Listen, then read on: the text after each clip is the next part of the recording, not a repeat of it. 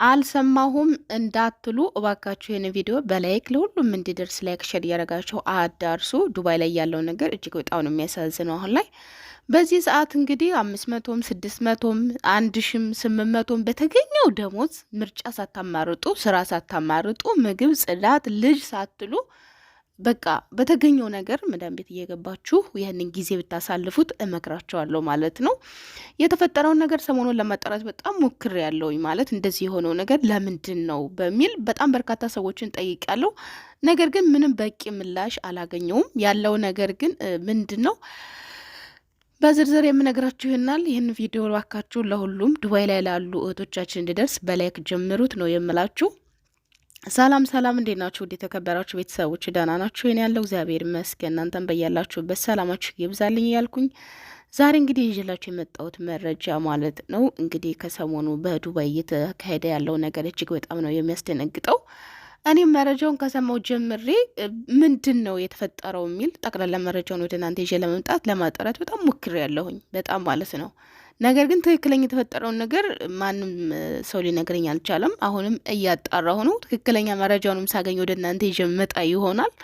ነገር ግን አሁን ወደ እናንተ የመጣሁበት ዋና ነገር ምንድን ነው?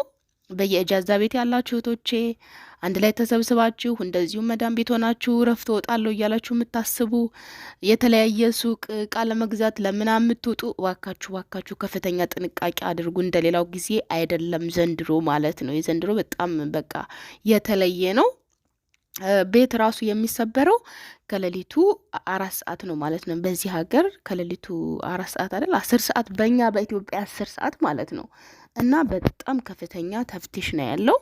በየሞል እንኳን ሳይቀር በትክክለኛ አበሻ እዚህ ቦታ ይኖራል ተብሎ የሚገመትበት ሞል ሳይቀር እንግዲህ ሲቪል ልብስ እየለበሱ በጣም ከፍተኛ አፈሳ ነው ያለው። እባካችሁ ሁላችሁም ጥንቃቄ አድርጉ። በዚህ ሰዓት ደሞዙ አነሰኝ በዛብኝ ምንም በቃ ጥገኝነት እንኳን ሳይቀር ጥገኝነት ካገኛችሁ ራሱ ተጠግታችሁ ቢሆን ይሄንን 2 ወር ጊዜ እባካችሁን አሳልፉት። እስከ ዛሬም ቢሆን አሁን ረመዳን ሲመጣና አዲስ ዓመት ሲመጣ አፈሳ እንዳለ እናውቃለን፣ መያዝ እንዳለ ማለት ነው። ነገር ግን እንደ ዘንድሮ አይደለም።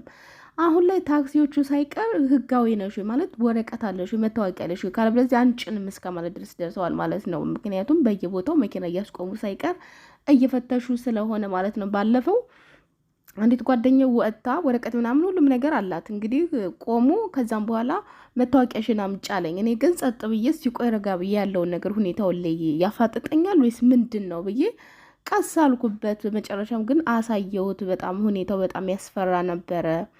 እና እባካችሁም በአሁን ሰዓት ኢጃዛ የምትወጡ ሰዎች ጥንቃቄ አድርጉ። ሌሎቻችሁ ደግሞ ይህን ቪዲዮ የምሰሙ እባካችሁ ለጓደኞቻችሁ ማስጠንቀቂያ ስጧቸው።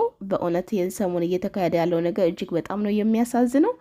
የሆነ ነገር ተፈጥሮ ነው እንጂ አዲስ ዓመት ብቻ ስለመጣ አይመስለኝም ማለት ነው። ያንን መረጃ ትክክለኛውን መረጃ አጣርቼ ወደ እናንተ የምመጣ ይሆናል።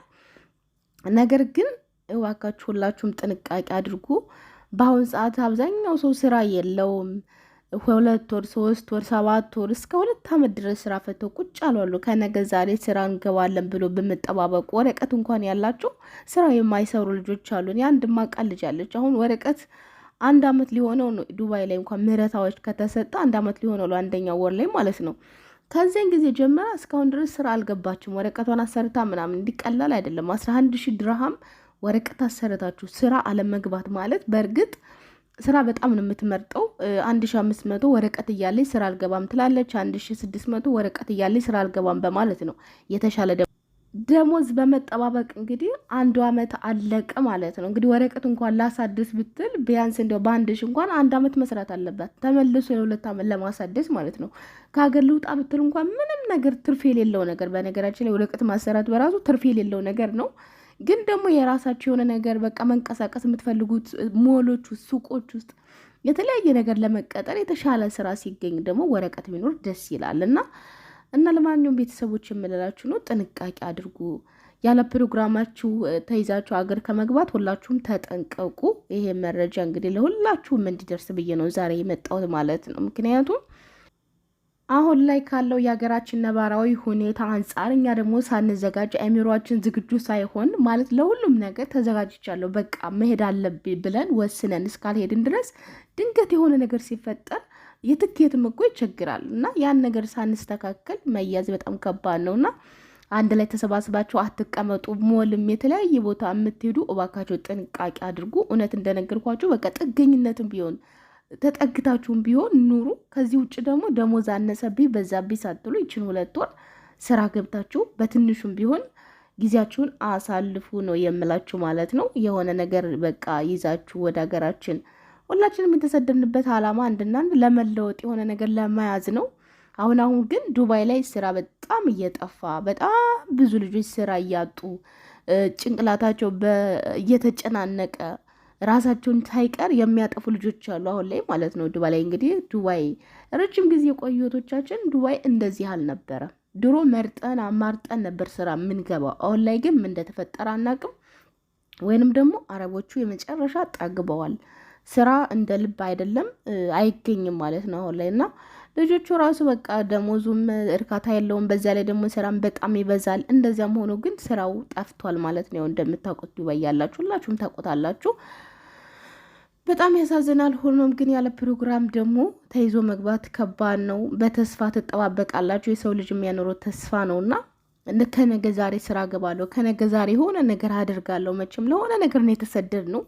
ያንን ነገር ሳናደርግ መግባት ከባድ ስለሆነ እባካችሁን ከፍተኛ ጥንቃቄ አድርጉ። ወጣ ገባ የምትሉ ሰዎች ተጠንቀቁ። እጃዛ ቤትም ያላችሁ ለመበታተን ሞክሩ።